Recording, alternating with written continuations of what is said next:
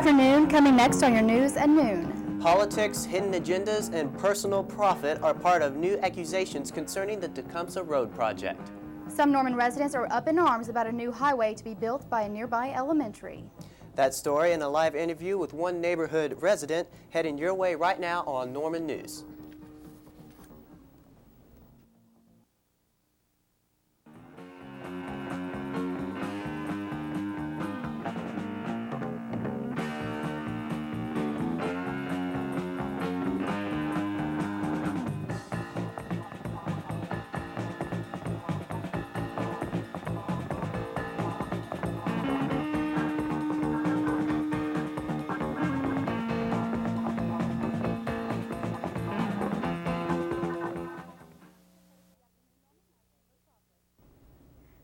Good Thursday afternoon, Norman. I'm Kimber Crawford. And I'm Jeff Moore.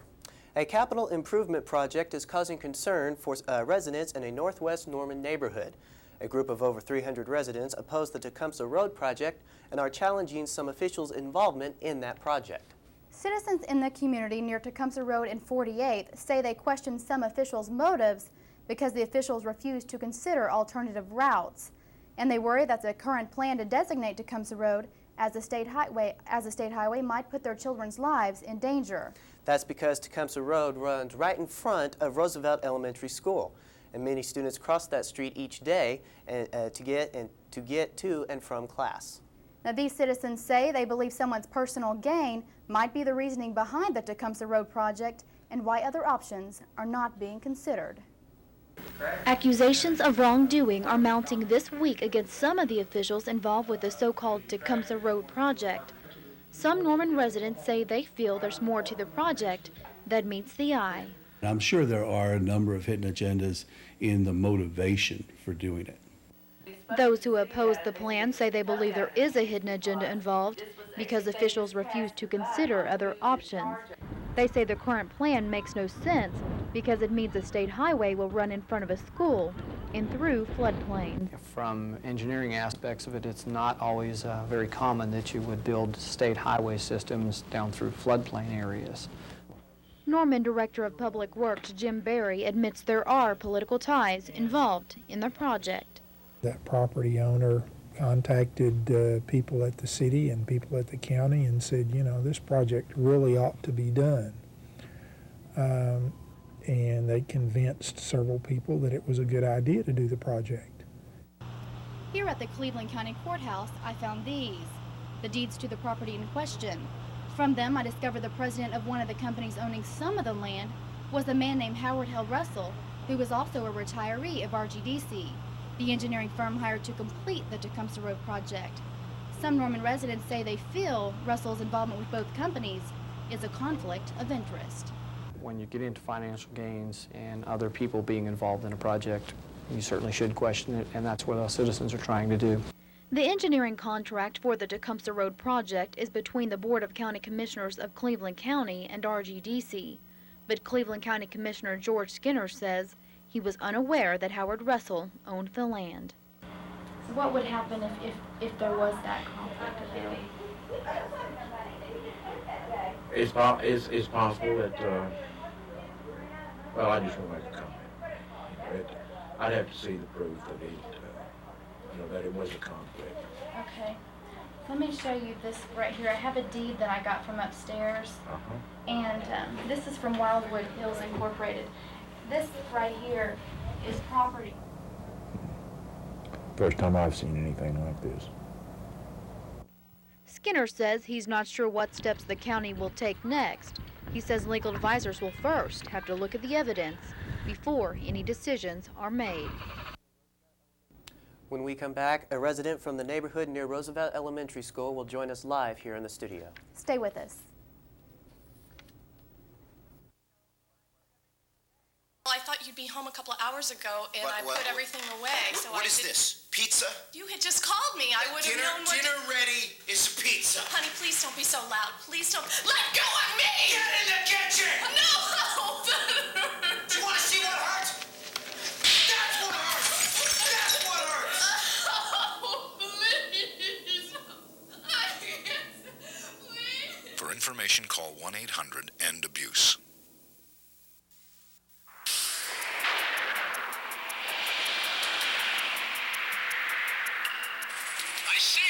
This is not a drill. Roger, have target in sight.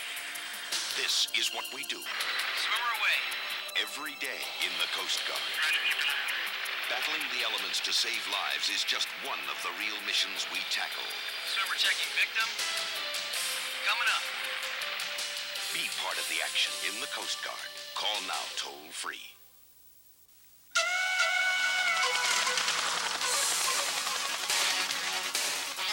Get ready!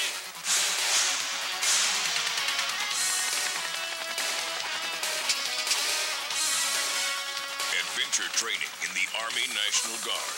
When we move fast. When we train hard. If you're up to the challenge, we'll make it worth your while. Call 1-800-GO-GUARD. People think because I don't talk about politics, I don't care about it. I let my vote talk for me. I've seen my candidates win. I've seen them lose. I vote, I say my piece. I listen to a lot of big mouths every day.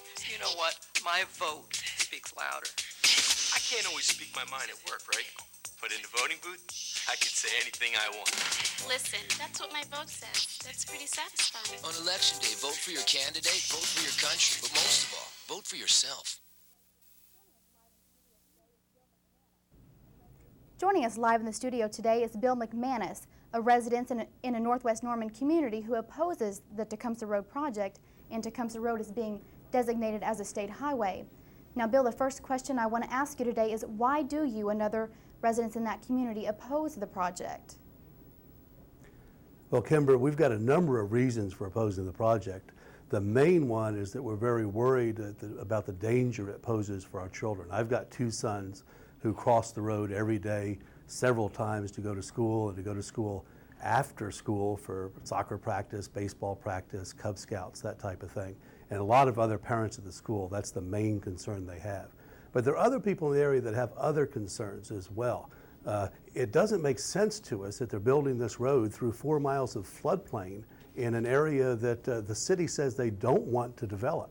It's going to cost a lot of money to raise it and build it through that floodplain, where it would make a lot more sense to go up 36th Street in an area that is supposed to be developed and would stay out of the floodplain.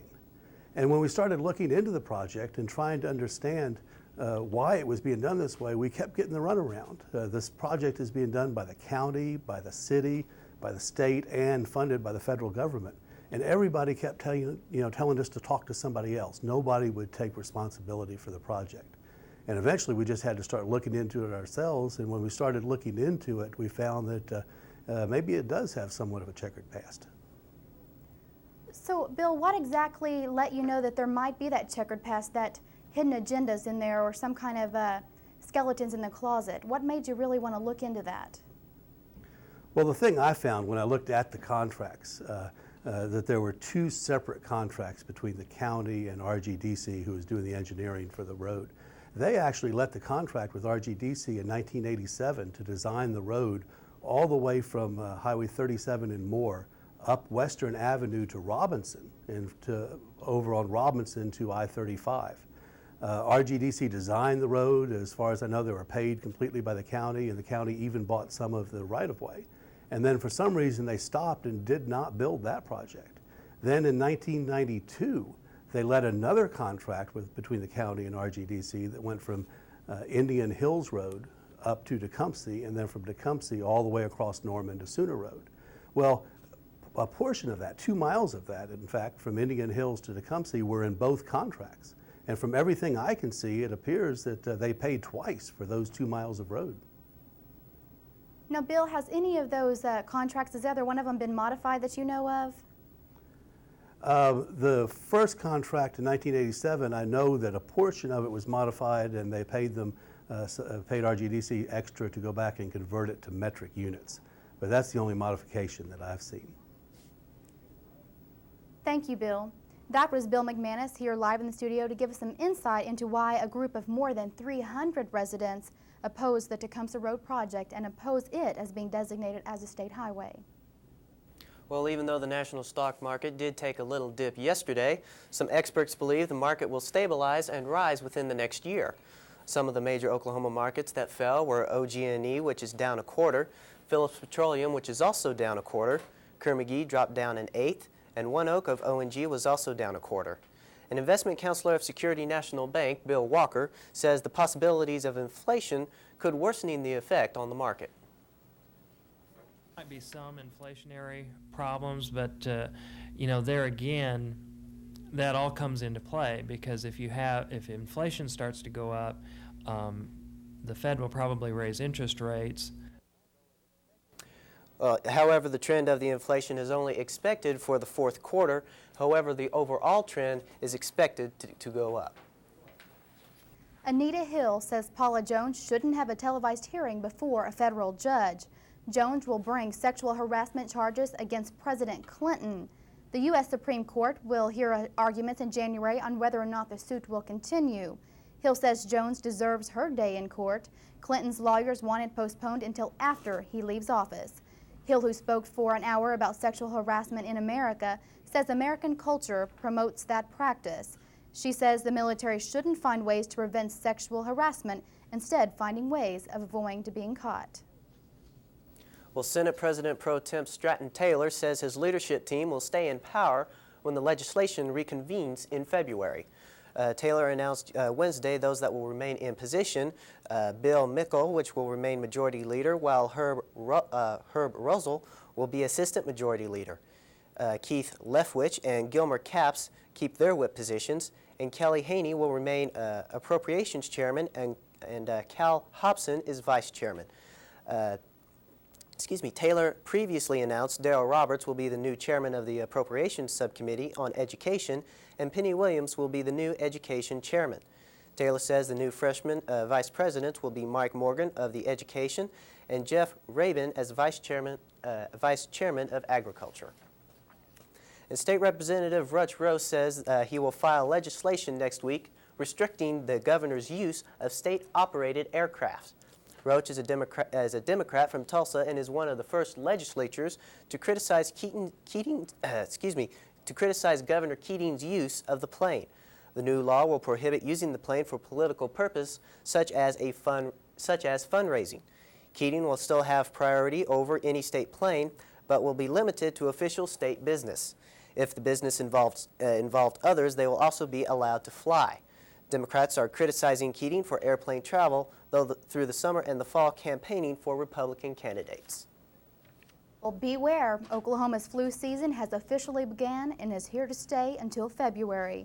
The first case of influenza in the state has been reported in the Tulsa area and will spread pretty quickly.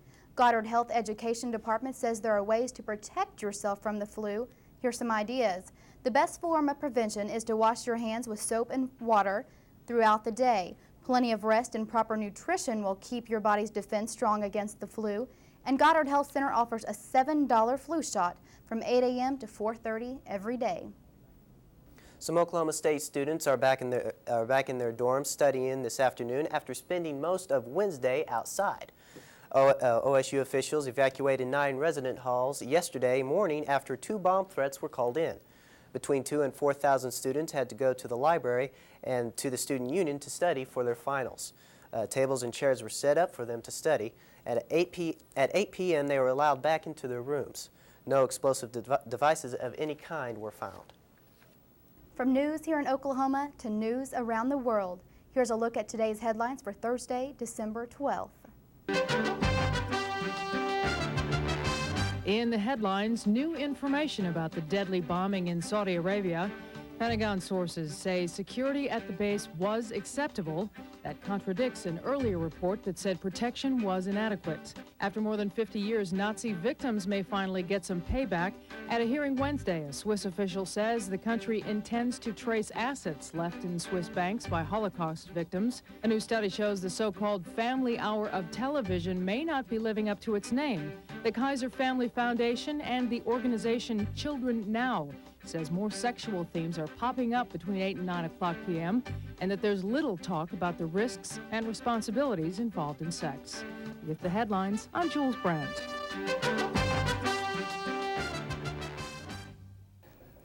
Well, Jeff, it looks like it's shaping up to be one beautiful day out there. Yes, it is, and we have Mike Francis in the Weather Center to tell us if this trend is going to, continue on to the weekend. Mike?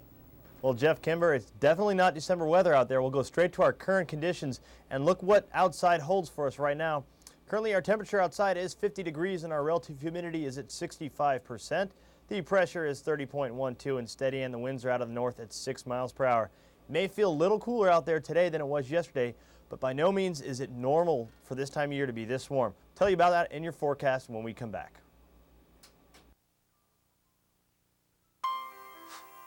$1,200 for the band? Nobody even danced.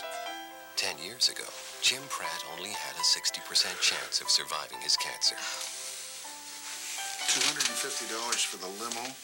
Did you see a limo? But thanks to 80 years of cancer research, did you see how happy she was? he now has more important things to worry about. I wouldn't have missed it. The American Cancer Society. We offer hope.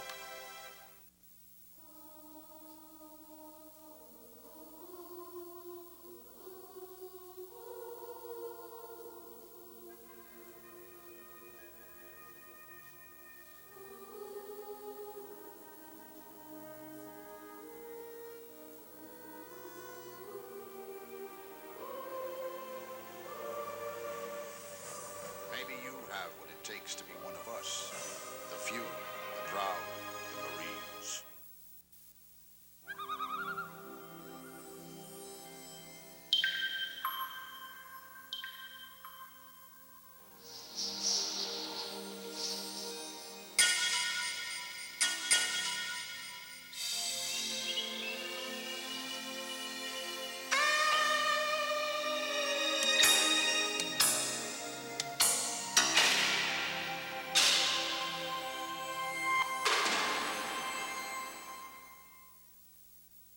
I just figure win or lose. Win or lose. At least I know I put my 2 cents in. Voting is a way for me to express my opinion. It's the one time that they have to listen to me. Feel real good when I vote. Gives me a chance to speak my piece. I pull that lever and I think that's my vote, and nobody can change it. On election day, vote for your candidate, vote for your country, but most of all, vote for yourself. It's just one vote, but it's my vote.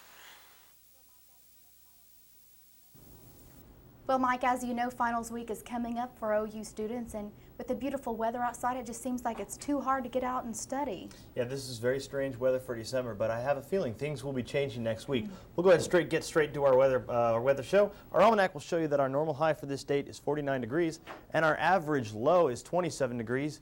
Our record high set back in 1973 was 73 degrees, and our record low way back in 1917 was 4 degrees. And your sunset this evening is at 5:18 p.m. We'll go ahead and take a look at our satellite loop. And last night we had a small disturbance move through our area. You can see it now kind of moving its way through Kentucky and up to Tennessee. That basically shifted our winds around to the north and brought a little cooler air down from the Rocky Mountain region into our region. And basically that just dropped temperatures off a little bit. Nothing major out there because it is still in the 60s. We will get up to 60 degrees for our high, or 59 for our high today. So those winds are just going to keep on going like that as another high pressure system builds into our area. And this storm system is going to move its way up into the New England area and cause another snow event. Out on the west coast, we have another storm system moving its way towards Washington and Oregon, and basically that means they're going to have more snow in the Cascades and lots more rain in there, and more snow for you skiers out in the Rocky Mountains. So if any skiers going out there for Christmas break, should be a perfect time to go skiing. That high pressure, like I said, will be moving back into our area, and winds will be coming out of the northeast this afternoon. Temperatures will be a little bit cooler than yesterday, only about 59 degrees. And it looks pretty nice out there. So for our high temperatures today across the Oklahoma region, couldn't ask for better than this. 61 degrees for Norman, 63 down in Ardmore, beautiful weather in Hobart at 64 degrees, and Gage at 63 degrees with Tulsa coming in for one of the cool spots at 59 degrees. Now for your lows tonight, like I said, it's pretty cool out there. 38 degrees for Norman, 41 in Gage, a 42 in Hobart, at 36 up in Ponca City, and a 37 over in Tulsa. So for your afternoon forecast today, crystal clear blue skies, high temperature of 61s. Couldn't ask for better weather than this. And tonight, it's going to be a new moon out there, so it's going to be very dark, perfect stargazing weather. Low of only 41 degrees and northeast winds at 5 to 10 miles an hour. And your next 3 days look like this. 59 degrees for a high temperature on Friday, 55 for a high temperature on Saturday, a few high clouds, and 57 for a high temperature on Sunday. And no freezing temperatures yet. But like I said, things will be changing, and I have a feeling next Tuesday and Wednesday we might be looking at a little wintry precipitation. Okay, thanks, Mike. Sure thing. More news still ahead here on Norman News. If you're like most Americans, you're in the hunt for the perfect tree in which to hang your favorite ornaments. It is not easy to hunt, but when we return, we'll have tips to help you out. And if you're a parent, you may be on the hunt for a toy that's impossible to find. An adorable laughing doll does not have shoppers laughing. Stay with us.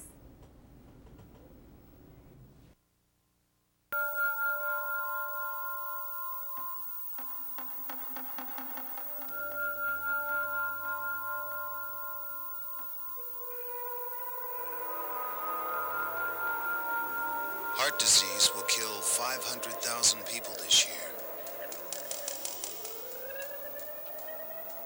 They won't be selected at random.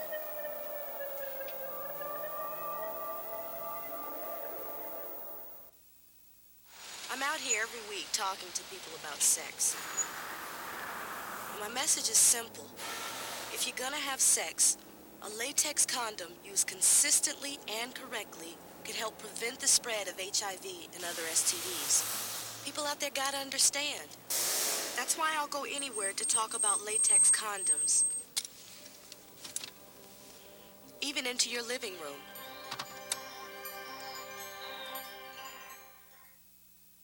My older sister has really been depressed for weeks. His wife died a year ago and my brother's still not sleeping. She cries all the time. Now that my husband's not working, he feels worthless. My friend lost her appetite. He used to be so active, and now he won't even play cards.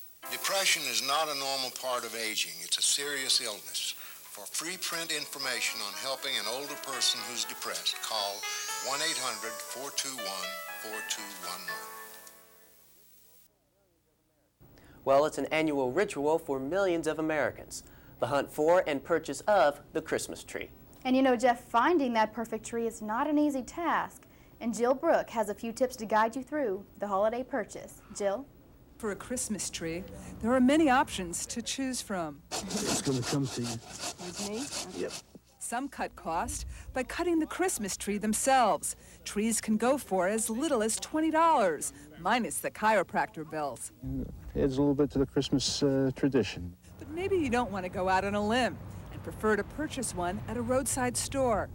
Prices vary, but in the Northeast, Douglas firs average $40. This Fraser will run $50. The best-selling trees are the Frasers, and probably because they have the best room for the ornaments. Or you could buy this blue spruce for $50 to spruce up your home, or this balsam fir for $35. Yeah, the balsams have a really nice smell. Which is not the case with an artificial tree. But now those wanting real scent can buy this pine aroma. Fake trees cost a lot more scents than an original. They average $130. Yet 54% of Christmas trees in American homes are now fake. Some compelling reasons to go artificial: no mess, no allergies, and no need to buy a new tree next year. Can you spin it around? Sure. After buying your tree, take precautions. Christmas trees are involved in 500 fires annually, averaging $20 million in property loss and damage. The biggest mistake consumers are making when purchasing live trees is they're buying dry trees. So what you want to do when you're purchasing a tree is check for freshness of the tree. Artificial trees also pose risk. Before buying an artificial tree, make sure you see a fire-resistant label and be bright when it comes to lights. Check for broken sockets, loose connections. And for consumers who want to save even more money, you can wait till the very last minute. Prices on fresh trees come down just before Christmas. Jill Brooke, CNN Financial News, New York. Of course, everybody wants to have the Christmas tree to celebrate the season, but there's also another hot item that everyone is after. The toy Tickle Me Elmo is on every kid's Christmas list this year, but they're all hard to find. With the scarcity of the Laughing Elmo comes a high price tag from the auction block. Last night, a Florida woman tickled the stuffed red doll to the tune of $35,000. Wow, that is a lot. Yeah, it is. Well, thanks for joining us. Join us once again tomorrow for Norman News at noon. See you tomorrow.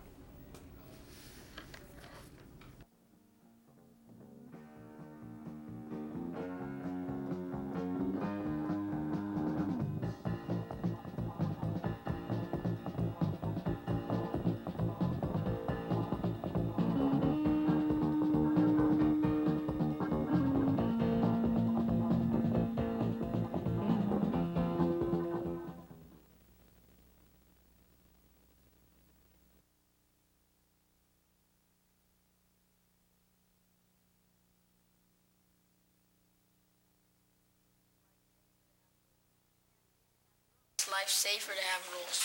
Yeah, if you didn't have rules, someone would get hurt. Shouldn't make noise on the bus because sometimes the bus driver, he needs his ears to hear everything. Like when you have to stop by the train tracks. Yeah. Yeah, you shouldn't stay too close to the curb, otherwise you could get flattened or something. You should walk at least 10 feet away from the bus so you can see the driver and the driver can see you. It's very cool to follow the rules. This is Cody. Cody was born with PKU, an inherited disease that causes mental retardation. But using a test developed by a March of Dimes researcher, this disease can be identified shortly after birth. And through a special diet, the tragic effects of PKU can be avoided. Which is why Cody is the perfectly normal 4-year-old you see here. Cody? Please, join our campaign for healthier babies. Every child has a mother, a father, a name. Every child has a language and something to say. Every child has a gift, a laugh, a dream. In our world, there are millions of children, and every child needs medicine, clean water, nutrition, education. UNICEF, the United Nations Children's Fund, because every child is our child. These women are prisoners. In bars, they're surrounded by green trees and open spaces. As part of the Salvation Army's Almost Home program, small groups of low-risk inmates are brought to a Salvation Army summer camp, where they can get reacquainted with their children through counseling, crafts, games, and just spending time together. And after 14 years of the program, and more than 90% of the women returning to their families instead of a life of crime, you might say we've helped these prisoners find the perfect escape.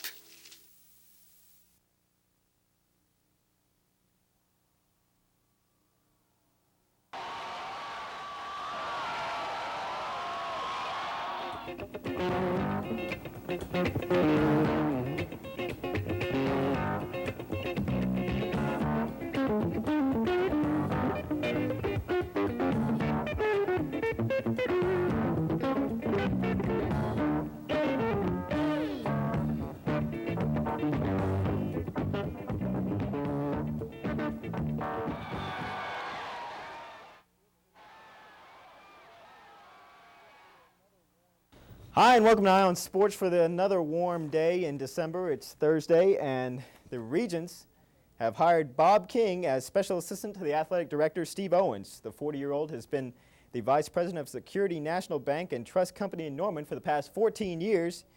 He has a long relationship with Owens. Owens requested the special position be created.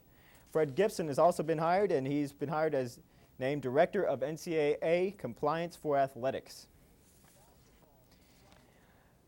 In basketball, Hootie Wiley has been burning up the court lately. He's just been playing out of his head, and Kelvin Sampson knows why he's doing it because he's been practicing well. Here's what Kelvin Sampson had to say about Hootie Wiley.